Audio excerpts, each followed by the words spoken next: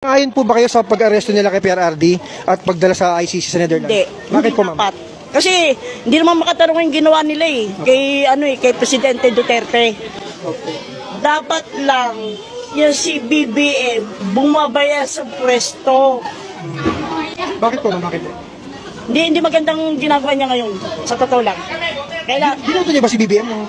binoto namin siya. Si Sara, bilang niya rin. Oo, si Yung binoto niya. Unitim. Binoto namin siya. Pero nagsisi ako na binoto ko si BBM. Sa totoo lang. Bakit po, ma'am? Kasi sa nangyayari ngayon, Opo. kidnapping ng mga bata. Mas safe ba nung panahon ni Digong? Oo. Takot ang mga tao. Takot ang mga tao sa ginawa ni Digong. Okay yun. Approve kami doon. Kaya yung mga tao ngayon, wala na kinatakutan. Kasi wala na si Duterte. Hindi niyo sabihin, mas delikado ngayon, ma'am? Mas delikado ngayon. Oo. Kaya, Taga-Mindanao din po kayo? ha? Taga-Mindanao din po kayo? Hindi. Dito po kayo sa Taguig? Dito po kami sa Taguig talaga. Thank you po sa opinion niya, ma'am. Okay. So ngayon kasi, naluloka kasi sila na spaghetti pababa ang trust rating ni BBM. Okay? At tumataas si Sara. Ngayon, ang eksena naman na ngayon nila, ang dahilan nila is dahil daw sa China, dahil daw sa fake social media accounts, at dahil sa social media. So, ganyan, kaya daw bumababa ang ratings ni Marcos Jr. So, kasalanan daw ni Duterte, kasalanan ng China, kasalanan ng social media. Kaya yung problema ng taong bayan ngayon is gutom. Kasi nga, mababa na yung sweldo ng mga Pilipino. Hindi pa ngayon sila magkaroon ng sideline job ng mga entrepreneurial venture. Kasi nga, hindi mahirap. Kasi nga, yung mga tao, hindi makapagkaroon ng sideline job. Actually hindi siya job, sideline business. Kasi nga, yung mga tao, concerned sa inflation. Ang laki na kami naman inflation mo. So, kung mag-sideline business ka dyan, sino magiging customer mo?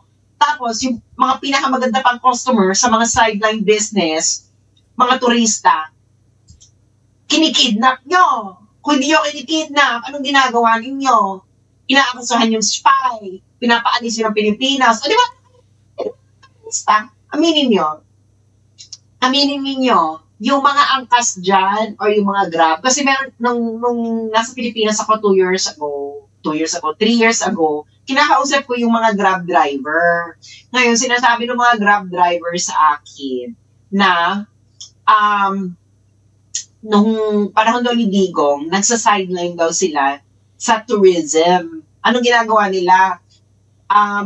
Nililibot nila yung mga turista. So, pag may kasakay silang turista, nag-o-offer na sila na, gusto nyo ba ilibot namin kayo sa mga touristic places dito sa Manila? Ganyan. So, ngayon, syempre, nag-build sila ng rapport. So, malaki yung kita nila. Kasi, syempre, yung mga Grab driver, para na rin mga tourist guide. Diba? Bongga yun, no? Nakasakay ka ng kotse, tapos yung driver sasabihin sa'yo na, ma'am, to your right is the Intramuros. To your left is the ganyan. O, this is the bridge of Emerald, di ba? So, yung mga Grab driver, nag-aaral tuloy, yung mga nakausap ko yung mga Grab driver nakausap ko, nag-aaral tuloy sila ng history ng Pilipinas para pag nagsa-side job sila ng tourist guide, nakasakay yung mga nila sa kotse nila, tapos inilibot lang nila sila sa Manila, iba't ibang tourist spot sa Manila, may masasabi sila. May masasabi sila about history, about ganyan. So ngayon, madaming turista nung panahon ni Digong daw, makikita nila kasi meron na silang sa Grab, meron pa silang yung nagtuturist-tourist guide. Ganon. Ang daming turista nung panahon ni Digong. So, tiba-tiba yung mga Grab driver. Kasi nga, kung hindi sila nag-Grab driver na parang taxi-taxi, ang ginagawa nila, nag-offer sila pag mga turista yung nila, pag mga turista yung sakay nila, nag-offer sila. Offer nila, gusto nyo ba ng ilibot ko kayo ng tourist, ganyan. So ngayon, nagbibigay sila nabibigay sila ng tip, malaking tip. Oh. So ngayon, ang binabayaran ng mga turista, yung presyo ng Grab, tapos mabibigay pa sila ng tip. Syempre, kung inaliw-aliw mo yung turista na, Madam, to your right is the Intramuros. And Intramuros was called the walled city before. It was the capital of Manila because it is the seat of the colonial power, Spain. Di ba? May mga ganyan-ganyan ka-eksena, di ba? Silang malaking kita. So, meron na silang 9-to-5 job, meron pa silang sideline business. Ngayon, pinatay niyo yung mga karamihang sideline business ng iba't iba. Di ngayon, ayuda-ayuda.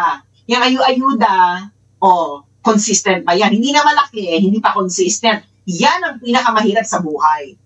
Yan talaga ang pinaka-ekis. Hindi na malaki, hindi pa consistent yung pangpasok. Siyempre, bonggang-bongga kung malaki tapos consistent yung pagpasok. Bongga na yun, pero baka hindi mo ma-enjoy kasi nga merong law of diminishing return. So, pwede yung sapat lang, pero consistent ang pagpasok. Hindi ba? Aminin nyo yan. Sapat lang, ang laki, pero consistent ang pagpasok, I bet. Huwag niyong iiwanan yan. Girls, huwag niyong iiwanan yan ganyan. Sapat lang, tapos consistent, jackpot. Diba? Jackpot yun. Sapat lang, tapos consistent. Ay, you got yourself a winner. Diba? Pinaka-ekis, yung maliit na nga, hindi pa consistent. Wag na. Diba? Wag na lang, next. I can do better. Ganun na lang. Diba? So, dun kayo sa sapat lang, kahit hindi kalakihan, diba? Pero consistent ang pagpasok. Kasi ibig sabihin, stable yan. Stable. Hindi ka mabibiti Diba? Syempre, bongga, kung malaki na, pumapasok, tapos consistent pa, syempre yan talaga, warakan talaga ng buhay yan. Talagang buhos-buhos ang biyaya. Pero aminin naman natin, hindi sa lahat ng panahon is makaka-encounter ka na malaki na yung pumapasok, tapos consistent pa. It's not, parang it's against the law of nature. So, ganon, hindi ba? Sapat sapat lang pero consistent. Huwag na tayo magbulahan sa lahat ng bagay. Sapat lang at consistent, wins the day. Aminin nyo yan, huwag tayo magbulahan. Huwag tayo magbubulahan. Napatunayan ko na yan in about 18 nationalities. Diba? Okay, makapadala ng stars. Tigilan nyo yan. Hindi sa akin nire-remit yung meta. Kung gusto mo padala ng tip na piso-piso, ayan, nandyan yung GCash. Nakikita nyo yung sa baba, no? GCash. So, doon lang tayo sa sapat lang, pero consistent. Parang kay PRRD, hindi naman gano'ng kalakihan ang improvement. Di ba? Hindi naman siya one-time, big-time na bongga. Ganon. Hindi naman siya yung bongga-bongga. Ganyan. Noong panahon ni Digong, sapat lang yung improvement, pero consistent. So, parang, consistent yung pag-improve. Hindi siya yung maliit na nga, hindi pa consistent. Hindi ba? So, may consistency, tapos sapat lang yung stages ng improvement. Ganun ang buhay, girls and boys and everything in between. Ang importante sa buhay ay sapat lang. Ang pinaka-importante sa buhay, consistency. Di ba? So, ang middle ground is sapat lang pero consistent. Okay? Pero kasi hindi naman sa lahat ng pagkakataon, makaka-encounter ka ng malaki na yung pupasok. Tapos consistent. Mahirap ang hanap nun. Sinasabi ko sa inyo, proving ko na yan in 80 nationalities. In at least 80 nationalities. Anyway, so punta na tayo sa next eksena. Andito na ba si Cathy Binag na 10 seconds lang ang ginanda sa akin? Sabihin ko na, asan ka na, Cathy? Asan ka na? Okay. Kasi nga, may bagong eksena. Eh, mas maganda kasi pag-usapan to, kasama si Cathy Binag. Pero, eto, meron dito ko palang gustong itanong sa inyo. Kasi naguluhan ako dito. Kasi hindi ko alam kung ano kinakain itong kanin. O ito, si Jude Asidre, sabi niya, nung panahon daw ni Digong, ang presyo daw ng bigas ay naging 70 per kilo. Kasi hindi kasi ako nakatira nung panahon ni Digong sa Pilipinas, so hindi ko to alam. Totoo ba to? Nung panahon pa ni Digong, meron ba kayong, kayo ba yung meron ba kayo, ano ba itong 70 per kilo na bigas nung panahon ni Digong? Ito ba yung, parang ako narinig na ganito, pero I would like to ask you, no, nung parang yung mga nasa Pilipinas, sa kayo mga nagbabudget, meron pa 70 per kilo na bigas nung panahon ni Digong? Parang feeling ko ang pinakamataas na tinaas nung panahon ng bigas, pandemic, bigas, 70 per kilo. Anong bigas yun? Parang nabalitaan, mga be. So, hindi ko nga kaya kasi nga, 70 per kilo, hindi sana nag-revolusyon ng tao. 70 per kilo na bigas. Ay, be, hindi mananalo si Sara bilang Vice President kung ang bigas ng panahon ni Digo ay 70 per kilo.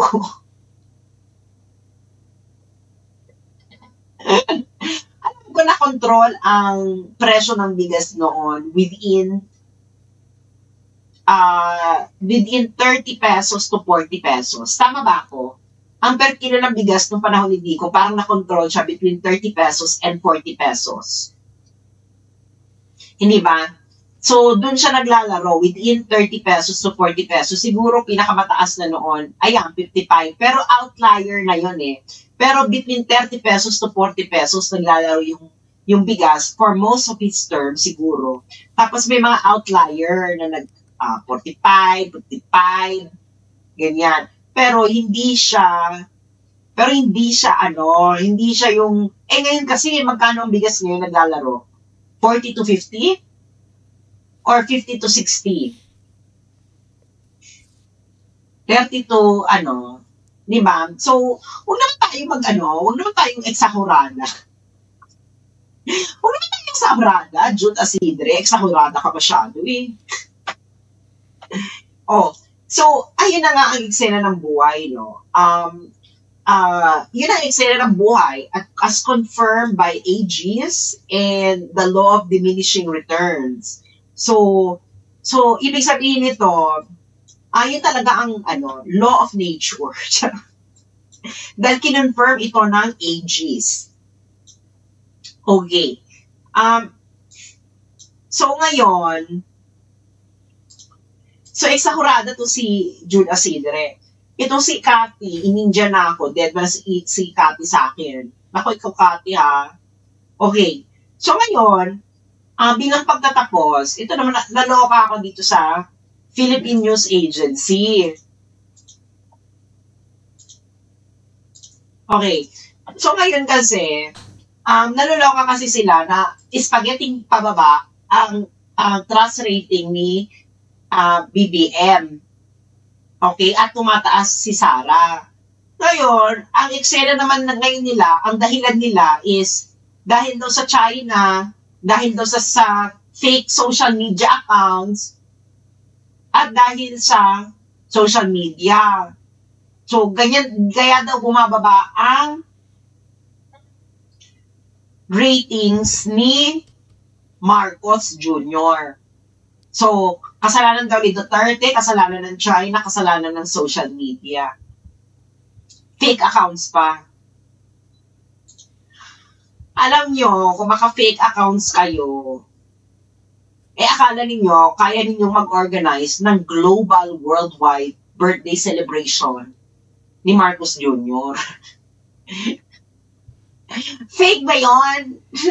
Nakita niyo yung tao, iba't ibang dako ng mundo. Sasabihin nyo, kaya bumababa si Marcos dahil sa fake account. Alam nyo, guys, ang unang reference sa mga tao pagdating sa buhay ay hindi social media, kundi kung anong nangyayari sa kanilang pang-araw-araw na buhay. Tama? Tama, mali. Oh, yun ang reference nila, yun ang nangyayari sa pang-araw-araw na buhay. Eh kung sa pang-araw-araw mo ng buhay, eh nakikita mo na maraming Jodik na naglalakad uli sa daan. Dahil proud ang mga Jodik na isa sa kanila naging presidente. Uy, talagang matatakot ka. Hindi kasalanan ni Duterte, ng China, o ng social media, kung ang nakikita ng mga tao sa kanilang pang-araw-araw na buhay ay yung mga bagay na halos makontrol na nung panahon ni Digong. Lalong-lalo na yung pakalat-kalat ng mga Jodik sa daan. Marami naman talagang pakalat-kalat ngayon na Jodik sa daan. Tigilin yung ako. Diba? At ito ay hindi nakalagay sa social media.